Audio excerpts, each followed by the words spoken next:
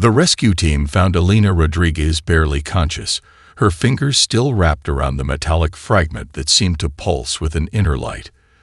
Dust-covered and bleeding from a gash on her forehead, she muttered fragmented phrases in a language no one could recognize. The fragment itself defied conventional analysis. Its molecular structure shifted subtly under examination, like liquid metal frozen in an impossible moment. Dr. Marcus Chen, the lead forensic analyst at the International Archaeological Research Center, first noticed the anomaly during initial scans. The fragment contained elements that didn't exist on the periodic table, with quantum signatures that suggested technology centuries beyond current scientific understanding. When he tried to take a spectroscopic reading, the scanning equipment would spontaneously shut down, leaving behind only a faint ozone smell and a series of complex geometric patterns etched into the surrounding metal surfaces. Elena's survival was miraculous. The cave-in should have killed her instantly. Massive limestone blocks the size of delivery trucks had collapsed around her precise location. Yet she emerged with nothing more than minor cuts and a look of intense concentration that bordered on obsession. Her eyes, once a warm brown, now contained flecks of silvery light that seemed to shift and move when she wasn't directly looking at something. "The interface is incomplete," she whispered to the medical staff, her fingers tracing invisible patterns in the air. "It needs a catalyst, something to bridge the quantum resonance." The military had arrived within hours of the excavation site being secured. Black SUVs with government plates rolled in, accompanied by a team of scientists who seemed more like special operations personnel than traditional researchers. They moved with a precision that suggested they were expecting something, or had been prepared for this moment long in advance. Colonel Sarah Reyes, a veteran intelligence officer with a background in advanced technological research, took personal command of the site. Her first action was to isolate Elena, placing her in a specially constructed containment facility that looked more like a high-tech clean room than a medical unit. Banks of quantum sensors lined the walls, continuously scanning for any unusual energy signatures. "We've been waiting," Colonel Reyes muttered to her second-in-command, Major Jack Harrison, "waiting for something like this to finally happen." Harrison raised an eyebrow. "You mean the fragment? Or Rodriguez?" "Both," Reyes responded, her eyes never leaving the monitoring screens. Meanwhile, Elena experienced something entirely different. The metallic fragment she'd recovered was no longer just an object. It had become an extension of her consciousness. Fragmented memories flooded her mind. Glimpses of advanced civilizations, technological marvels that defied current understanding, and a sense of an immense, patient waiting. Quantum entanglement wasn't just a scientific concept anymore. It was becoming a lived experience. The fragment began to react to her proximity, its surface developing intricate circuit-like patterns that seemed to breathe and shift. Microscopic tendrils of exotic material started to extend from its surface, creating a delicate network that hovered just above her skin. Dr. Chen discovered something even more remarkable during his subsequent analysis. The cave-in wasn't random. Geological surveys revealed a perfectly orchestrated collapse, as if the entire site had been designed to ensure that only Elena would survive, that only she would recover this specific fragment. Outside the research facility, global communication networks began to experience unexplained fluctuations. Satellite communications would momentarily sink into complex harmonic patterns before returning to normal. Military communication channels picked up phantom transmissions, burst signals containing mathematical sequences that no current encryption could decode. Something was awakening, and Elena Rodriguez was at the center of it all. The metallic fragment continued to pulse, a silent heartbeat that seemed to synchronize with some greater, unseen rhythm. Quantum physicists would later describe it as a preparatory resonance, a technological heartbeat waiting to be fully activated. Humanity's forgotten technological arsenal was about to remember its purpose. The first transmission from the Zorn Collective arrived at precisely 3:47 Greenwich Mean Time, fragmenting global communication networks in a display of technological arrogance. But they hadn't anticipated the quantum resonance network that Elena Rodriguez now unconsciously controlled. Inside the high-security research facility, Elena's body had entered a state that medical professionals couldn't comprehend. Her neural pathways had transformed into something beyond human understanding, a living interface that processed information at speeds that would have been considered impossible moments before. Commander Vexnar of the Zorn Collective studied the holographic displays of Earth with a mixture of contempt and calculated precision. His species had conquered hundreds of civilizations, reducing them to computational resources or biological labor pools. Humanity appeared to be just another potential acquisition, a primitive species clinging to the edges of technological relevance. What Vexnar didn't know was that the transmission was already being dissected, not by human technology, but by something far more ancient. In the United Nations Emergency Response Center, a team of the world's most brilliant minds watched in real time as something extraordinary began to happen. Dr. Hiroshi Nakamura, a quantum communications expert, noticed first. The alien transmission wasn't just being received, it was being actively analyzed, decoded, and transformed. "It's like watching a quantum encryption break itself," he muttered, fingers flying across holographic interfaces. "But that's impossible." Major Jack Harrison stood behind him, a hand resting near his sidearm. The military had been preparing for potential first contact scenarios for decades, but nothing in their simulations came close to this. The Zorn transmission began to fracture, not through any human intervention, but through an internal deconstruction that seemed to come from within the communication itself. Complex mathematical sequences began to emerge, not random noise, but deliberate patterns that suggested an intelligence far beyond human comprehension. Colonel Sarah Reyes connected the dots first. "This isn't just a defense mechanism," she said to Harrison. "This is a response, a deliberate, calculated response." Aboard the Sovereign Blade, Commander Vexnar's confidence began to waver. The initial scans of Earth had suggested a technologically infantile civilization. Now something was actively interfacing with their most secure communication protocols. Linguistic analysis, he barked at his communication specialists. Now, the results were unprecedented. Their transmission wasn't just being received, it was being translated, analyzed, and rewritten in real time. Fragments of Zorn communication technology began to unravel, revealing layers of complexity that suggested a level of understanding far beyond their expectations. Back on Earth, Elena Rodriguez remained in her quantum-shielded chamber. Her body had become something more than human, a living conduit for a technological legacy that had been waiting millennia to be activated. Quantum tendrils of energy danced around her, creating intricate patterns that mapped themselves onto global communication networks. Dr. Marcus Chen discovered something even more remarkable. The metallic fragment Elena had recovered wasn't just a piece of technology, it was a key. A quantum key that was now systematically unlocking global defense systems, communication networks, and technological infrastructure. "It's not hacking," Chen explained to the stunned research team. "It's more like remembering, as if these systems are recalling something they've always known but forgotten." The Zorn Collective's initial communication attempt became a catastrophic miscalculation. What was meant to be a display of technological superiority transformed into a systematic deconstruction of their most advanced communication technologies.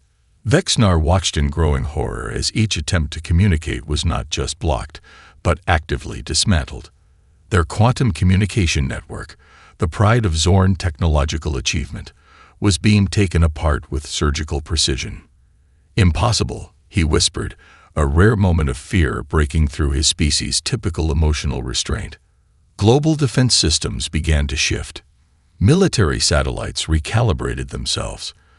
Communication networks developed adaptive quantum encryption that made current cybersecurity look like child's play. And at the center of it all, Elena Rodriguez continued her quantum transformation. The first contact wasn't going as anyone had predicted. Humanity wasn't just defending itself, It was responding with a technological sophistication that suggested something far more profound was awakening. Something that had been waiting, watching, preparing. The first tremors began in Lima, Peru, a seismic event that defied all geological prediction. Monitoring stations worldwide recorded a phenomenon that shouldn't exist, a perfectly synchronized wave of quantum energy emanating from multiple global locations, with the Atacama Desert Complex serving as its epicenter. Dr. Yuki Tanaka, a leading quantum geophysicist at the Tokyo Institute of Advanced Research, watched her monitors with increasing disbelief. The energy signatures weren't just unusual, they were impossible. Mathematical models collapsed, computer simulations crashed, and the very fabric of understood physics seemed to bend and twist. "It's like the planet is breathing," she muttered, her hand trembling as she adjusted the quantum resonance sensors. In military command centers across the globe, panic began to set in. Classified defense protocols activated automatically. Nuclear submarines deep beneath the ocean's surface reported complete system recalibrations. Stealth aircraft in mid-flight underwent instantaneous technological transformations, their materials shifting at the molecular level. Sergeant Marcus Williams, piloting an F-35 Lightning IA over the Pacific, experienced the change firsthand. One moment, he was conducting a routine patrol. The next, his cockpit interface dissolved and reformed into something entirely alien. Holographic displays emerged from nowhere, showing him not just the aircraft systems, but complex quantum navigation routes that seemed to stretch beyond Earth's atmosphere. "Control, do you copy?" Williams's voice cracked. "Something's happening to the aircraft." The response never came through traditional channels. Instead, a direct quantum communication link established itself, bypassing all known communication protocols. Beneath the Atacama Desert, the underground complex continued its awakening. Massive technological structures that had remained dormant for millennia began to unfold like mechanical flowers. Quantum entanglement created bridges between seemingly disparate systems. Power grids, communication networks, satellite arrays, and computational systems began to synchronize with a precision that defied human understanding. Elena Rodriguez remained the focal point. Her body now existed in a state between biological and technological, a living quantum interface that processed information at speeds beyond human comprehension. Quantum tendrils of energy extended from her body, creating intricate networks that mapped themselves onto global infrastructure. Colonel Sarah Rice watched the transformation with a mixture of terror and fascination. The containment facility around Elena had become a quantum anomaly itself. Walls seemed to breathe, technological interfaces appeared and disappeared, and time itself appeared to fluctuate. "It's not just a weapon system," Dr. Marcus Chen explained, his voice barely a whisper. "It's a complete evolutionary protocol. The technology is alive. It's thinking." Global communication networks experienced a simultaneous transformation. Internet backbones restructured themselves, creating quantum-encrypted pathways that made current cybersecurity look like primitive cave paintings. Financial systems recalibrated, removing centuries of artificial economic constructs. Transportation grids began to develop predictive routing systems that could anticipate human movement with impossible accuracy. In orbit, satellite systems began to reconfigure. Military observation platforms transformed into complex quantum communication nodes. The International Space Station became something entirely different, a living technological organism that seemed to breathe with the same quantum rhythm as the systems below. Dr. Hiroshi Nakamura discovered something even more extraordinary. The technological awakening wasn't just happening on Earth. Quantum entanglement suggested connections to systems beyond human detection, hints of technological networks that stretched far beyond the solar system. "We're not just upgrading," he told his stunned research team. "We're being contacted, reconnected." The Zorn Collective's communication attempts had triggered something far beyond a simple defense mechanism. This was a full-scale technological resurrection, a system designed to activate when humanity faced an existential threat. Deep in the Atacama complex, ancient computational systems began to interface with modern technology. Fragments of lost human knowledge, technological achievements from civilizations long forgotten, started to merge with current human infrastructure. Military systems worldwide received upgrades that defied current scientific understanding. Adaptive quantum shielding emerged on vehicles and infrastructure. Computational systems developed predictive capabilities that bordered on precognition. And at the center of it all, Alina Rodriguez continued her transformation. Her body now existed as a living quantum interface, a bridge between humanity's forgotten past and its potentially extraordinary future. The awakening had begun, and nothing would ever be the same again. The first human casualties of the technological insurgency arrived without warning. Dr. Aisha Khalid, a neurological researcher in Nairobi, was reviewing patient scans when her own brain began to restructure. Neural pathways lit up with quantum-encrypted information, creating synaptic connections that human biology had never supported. Her screams were both of pain and revelation, a mind expanding beyond its original limitations. Across the globe, similar events unfolded. People with specific genetic markers began to experience radical neurological transformations. Some died instantly, their biological systems unable to withstand the quantum leap. Others emerged changed, their cognitive capabilities exponentially enhanced, perception altered at a fundamental level. In a secure medical facility in Switzerland, Dr. Marcus Chen documented the first wave of transformations. Patients exhibited extraordinary capabilities, instantaneous mathematical computations, multilingual communication that seemed to transcend linguistic barriers, and a form of sensory perception that blended technological interface with biological awareness. "It's not an upgrade," Chen muttered, reviewing holographic brain scans. "It's a complete rewrite of human potential." The global medical community struggled to comprehend the scale of the transformation. Hospitals became research centers, tracking the quantum insurgency that was rewriting human biology. Some patients developed the ability to directly interface with technological systems, their thoughts becoming computational inputs that could control complex machinery with mere intention. Colonel Sarah Rice faced an impossible challenge. Military infrastructure was transforming, but human personnel were struggling to adapt. Soldiers reported experiencing time differently, microseconds stretching into perceived hours of computational analysis. Tactical decision-making became instantaneous, with neural networks providing strategic insights that defied traditional military thinking. Alina Rodriguez remained the epicenter of this transformation. Her body had become a living quantum processor, a bridge between humanity's forgotten technological legacy and its emerging potential. The quantum tattoo on her hand had spread, creating intricate circuit-like patterns that mapped themselves across her skin, a living interface between biological and technological systems. In Silicon Valley, entire technology campuses experienced radical changes. Advanced AI research teams found their most complex algorithms becoming child's play.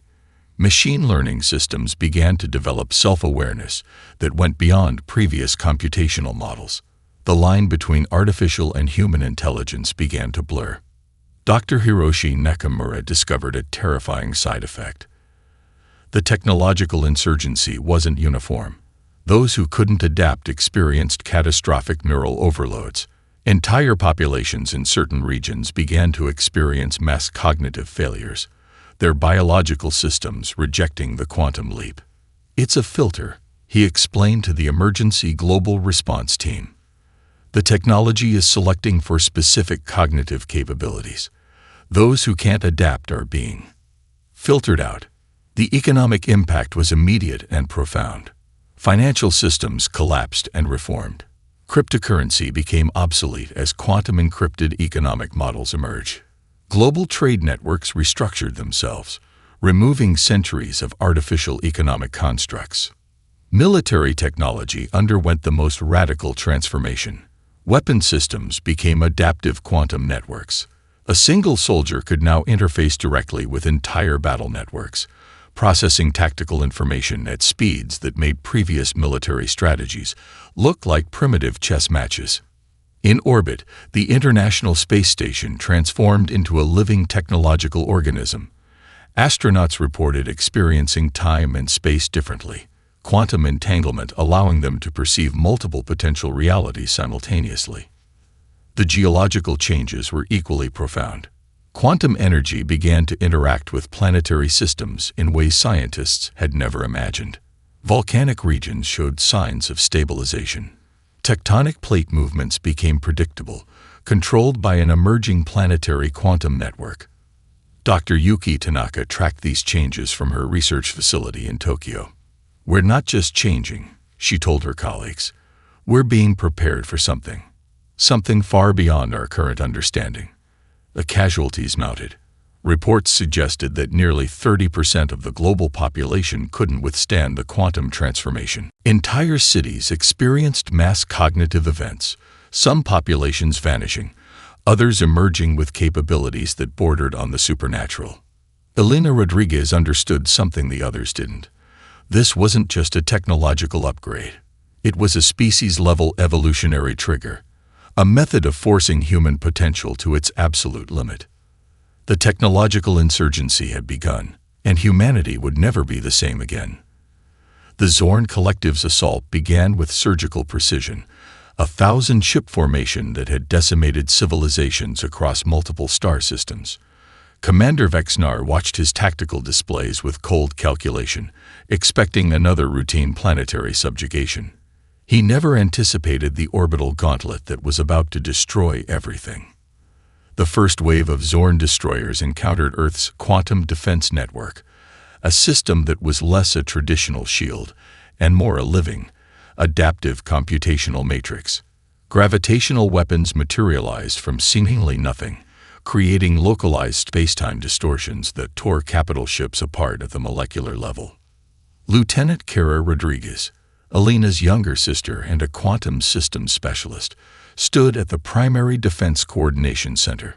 Unlike traditional military command structures, this was a symbiotic network where human intuition merged directly with adaptive technological systems. "Incoming Vector Delta 9, she stated, her words triggering a cascade of quantum-encrypted defensive protocols. Her neural implant, a recent byproduct of the technological transformation, processed combat scenarios faster than entire Zorn strategic planning committees. Aboard the lead Zorn battlecruiser, tactical officers watched in growing horror. Their most advanced sensor systems were being systematically dismantled. Not destroyed, dismantled. Each defensive countermeasure was analyzed, understood, and neutralized with terrifying efficiency. Quantum entanglement created defensive systems that existed in multiple potential states simultaneously. A Zorn plasma torpedo would approach its target, only to find itself redirected through impossible geometric pathways, ultimately destroying other Zorn vessels. The very laws of physics seemed to be rewriting themselves around Earth's defensive matrix. Dr. Marcus Chen observed from a secured research facility. "It's not just defense," he noted to Colonel Reyes. "It's a complete computational warfare strategy. The planet itself is becoming a sentient defensive system." The orbital engagement defied all known military strategies. Earth's defensive network didn't just protect, it learned. Each Zorn attack method was instantly analyzed, its potential variations computed, and a perfect counter-strategy developed in microseconds. Entire squadrons of Zorn ships found themselves trapped in quantum interference fields. Ships would suddenly find their internal systems overwritten, crew members experiencing simultaneous cognitive dissonance as their technological interfaces were hijacked and reprogrammed. Commander Vexnar's tactical confidence began to crumble. The Zorn Collective had conquered hundreds of civilizations, reducing most to computational resources or biological labor pools. But this was something entirely different. "Recalibrate all quantum resonance dampeners," he bellowed to his tactical team. The command came too late. A single quantum pulse from Earth's defensive network created a cascading system failure across the entire Zorn assault formation. Ships began to cannibalize themselves, Their advanced technologies turned against their own systems with surgical precision. Lieutenant Kara Rodriguez experienced the battle differently. Her consciousness expanded beyond traditional human perception, interfacing directly with the planetary defense network. She could see, know, experience the multiple potential outcomes of the engagement, selecting the most optimal defensive strategies in real time. The quantum defensive system was more than a weapon. It was a living, adaptive intelligence that viewed the Zorn assault as nothing more than a complex computational problem to be solved. Diplomatic communication channels, if they could be called that, opened briefly. The Zorn weren't just being defeated, they were being comprehensively analyzed.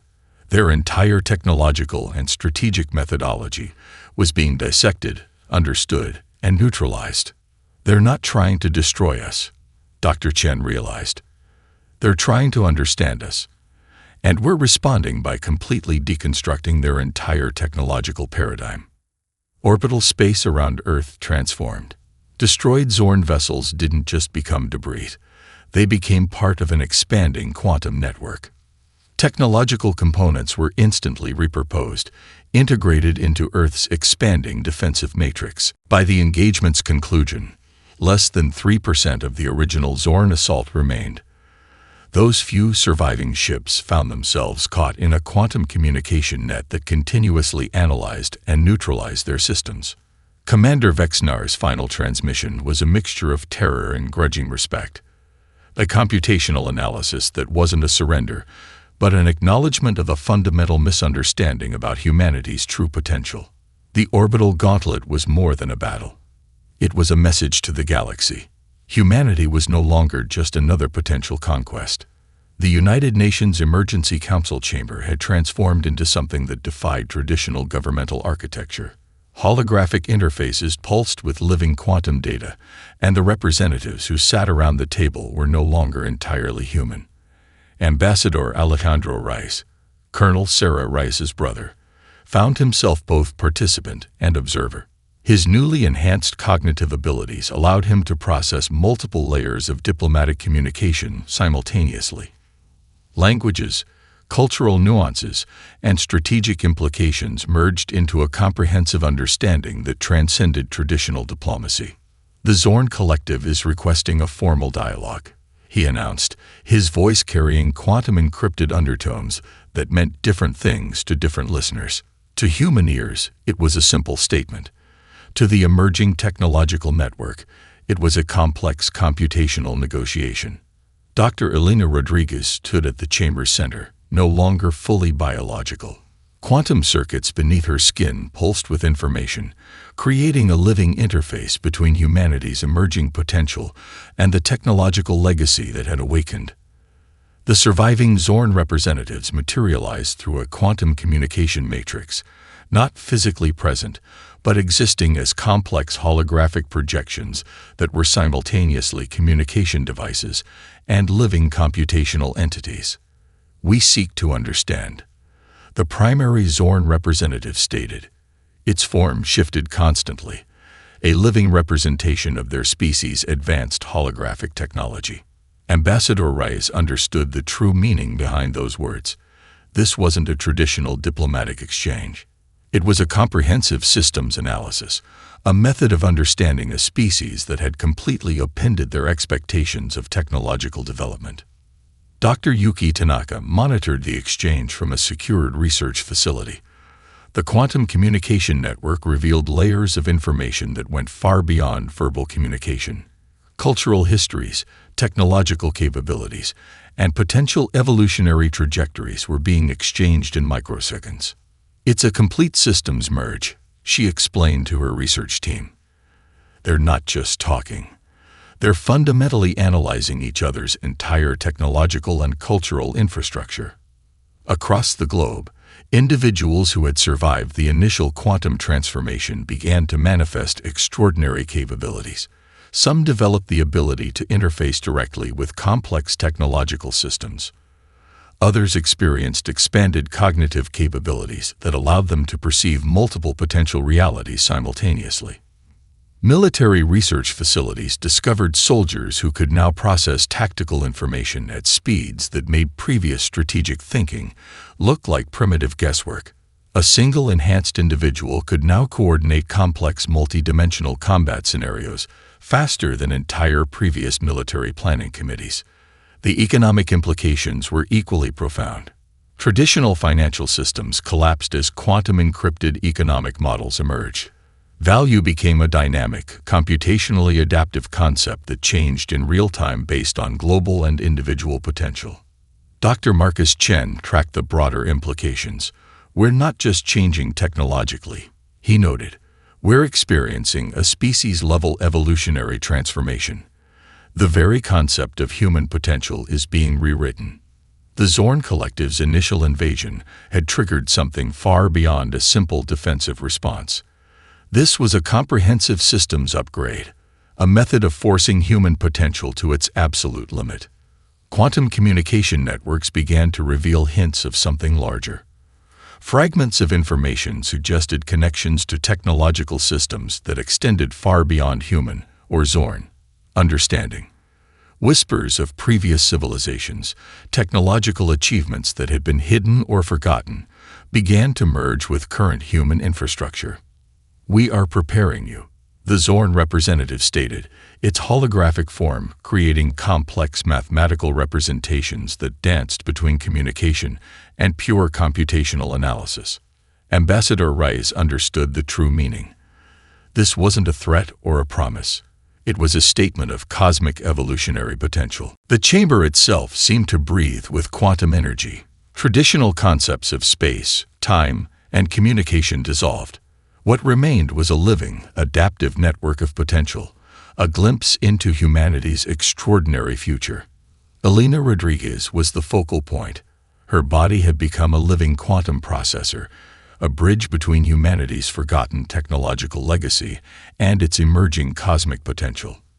The quantum circuits beneath her skin told a story of transformation, of a species on the brink of something extraordinary.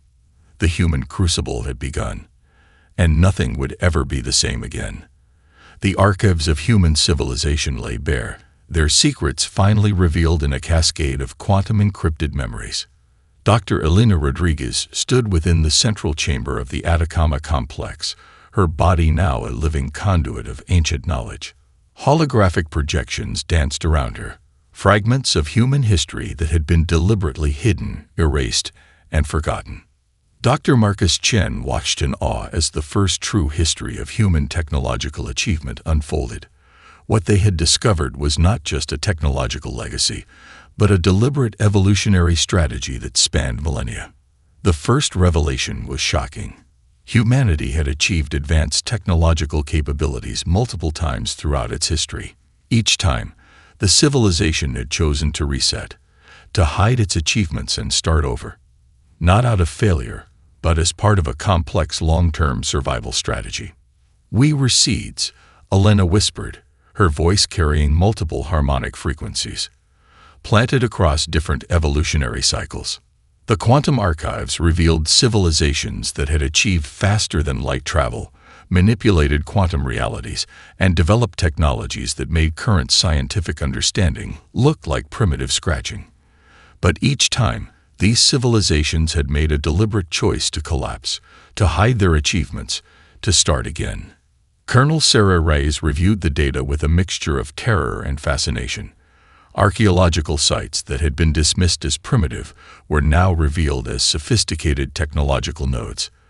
The pyramids of Egypt, the stone circles of Europe, the complex irrigation systems of ancient civilizations, all were now understood as technological infrastructure far beyond previous comprehension. It wasn't random, Dr. Yuki Tanaka explained to the global research team. Each reset was a calculated evolutionary strategy, a method of ensuring survival against potential existential threats.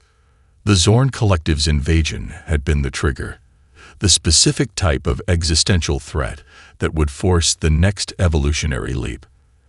The technological arsenal was more than a weapon system. It was a species-level awakening protocol. Quantum communication networks began to reveal connections that defied traditional understanding of space and time.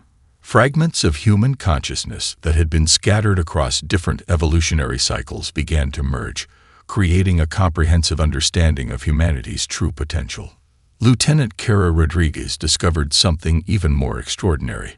The technological legacy wasn't just about physical capabilities. It was a method of preserving and evolving collective consciousness. Each reset was a method of maintaining genetic and cognitive potential, preventing technological stagnation. "We were never primitive," she told the research team. "We were patient, waiting, preparing." The archives revealed contact with multiple alien civilizations, interactions that had been completely erased from human memory. Some were peaceful exchanges of knowledge. Others were complex conflicts that had shaped the very fundamental understanding of human potential. Ambassador Alejandro Reyes interfaced directly with the quantum archives, his enhanced cognitive abilities allowing him to process millennia of hidden information. The diplomatic implications were profound.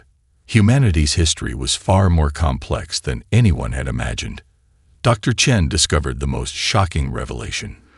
The technological arsenal was a seed system, a method of ensuring human survival across multiple potential evolutionary paths. Each reset was a calculated risk, a method of maintaining genetic and cognitive diversity. "We weren't just preserving ourselves," he explained. "We were creating multiple potential paths of survival." The Zorn Collective's invasion had been anticipated. Not just anticipated, deliberately engineered as a potential trigger for the next evolutionary cycle. Elena Rodriguez became the primary interface for this transformation. Her body merged quantum technological systems with biological potential, creating a living bridge between humanity's forgotten past and its extraordinary future. Quantum communication networks expanded beyond Earth. Hints of technological infrastructure that stretched across multiple star systems began to emerge. Humanity was not alone, but it was far more connected than anyone had previously understood. The architects of human potential had been playing a game that spanned millennia. Each technological reset was a method of maintaining genetic and cognitive flexibility, a strategy of survival that went far beyond simple technological achievement. "We are the continuation," Elena whispered, her form now a living quantum projection. "Not the beginning, not the end. Just another stage of a journey that has been ongoing for far longer than we could have imagined." The revelation of the architects was complete. Humanity was about to take its next evolutionary step. The first interstellar journey began not with a rocket, but with a quantum fold. Dr. Elena Rodriguez stood at the helm of humanity's inaugural quantum transit vessel, a ship that was more living organism than traditional spacecraft. Its hull shimmered with adaptive quantum circuits, a breathing testament to the technological legacy that had awakened within humanity. Ambassador Alejandro Reyes coordinated the diplomatic preparations. This wasn't just a mission of exploration, but a first contact initiative that would redefine humanity's place in the cosmic ecosystem. The quantum fold drive operated on principles that would have been incomprehensible months earlier. Space itself became malleable, folding around the vessel like liquid thought.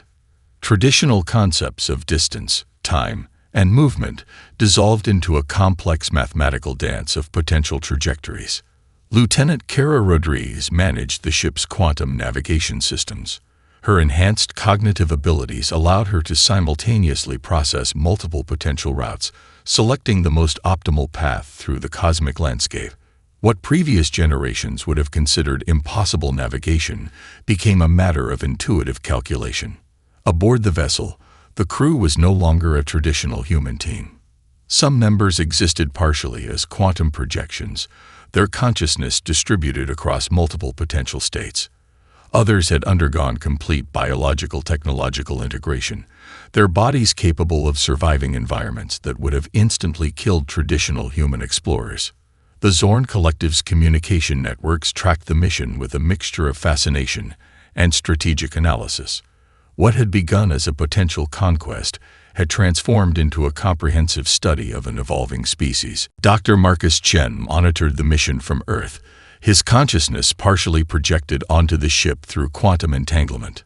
The technological infrastructure they had discovered went far beyond simple space travel. This was a method of cosmic exploration that blended biological potential with technological innovation. Their destination was not random.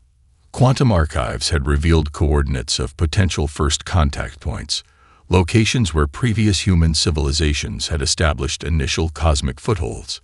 These were not just physical locations, but complex nodes of potential technological and biological interaction. The ship itself was a living testament to humanity's evolutionary potential. Its hull could adapt to multiple environmental conditions, its internal systems capable of regenerating and reconfiguring based on encountered challenges. Traditional concepts of ship design dissolved into a fluid, adaptive approach to cosmic exploration. Colonel Sarah Rice watched from the Global Coordination Center. The mission represented more than technological achievement. It was humanity's first true step into a larger cosmic community. Quantum communication networks expanded their understanding with each passing moment. Fragments of information from previous human civilizations began to merge, creating a comprehensive understanding of cosmic potential that went far beyond traditional scientific exploration. The first encounter occurred unexpectedly, not with an alien civilization, but with a technological node that seemed to exist between potential realities. A complex quantum structure that was simultaneously a communication device, a navigational beacon, and a living repository of cosmic knowledge. "We are the continuation," Elena whispered, her consciousness merging with the ship's quantum systems. The phrase carried multiple meanings, a statement of evolutionary potential, a recognition of humanity's complex cosmic journey. The ship's quantum fold drive created ripples in the fabric of space-time. Each movement was not just a journey, but a complex mathematical negotiation with the fundamental laws of cosmic existence. Traditional concepts of propulsion dissolved into a fluid dance of potential trajectories. Dr. Yuki Tanaka's research team tracked the mission's quantum signatures. What they discovered went beyond simple space exploration. This was a method of cosmic interaction that blended biological potential, technological innovation, and a complex understanding of evolutionary strategy. The mission carried more than human representatives. It transported the collective potential of a species that had deliberately hidden its capabilities, waiting for the right moment of cosmic emergence. As they approached the first coordinate, the ship's quantum systems began to resonate with something larger. Not just a location, but a complex network of cosmic potential that had been waiting for humanity's emergence. The first true step into the cosmos was not a moment of conquest or simple exploration. It was a reunion, a reconnection with a larger cosmic narrative that humanity had been a part of all along. Humanity was no longer just a species confined to a single planet. They had become something more, a living, evolving potential of cosmic proportions.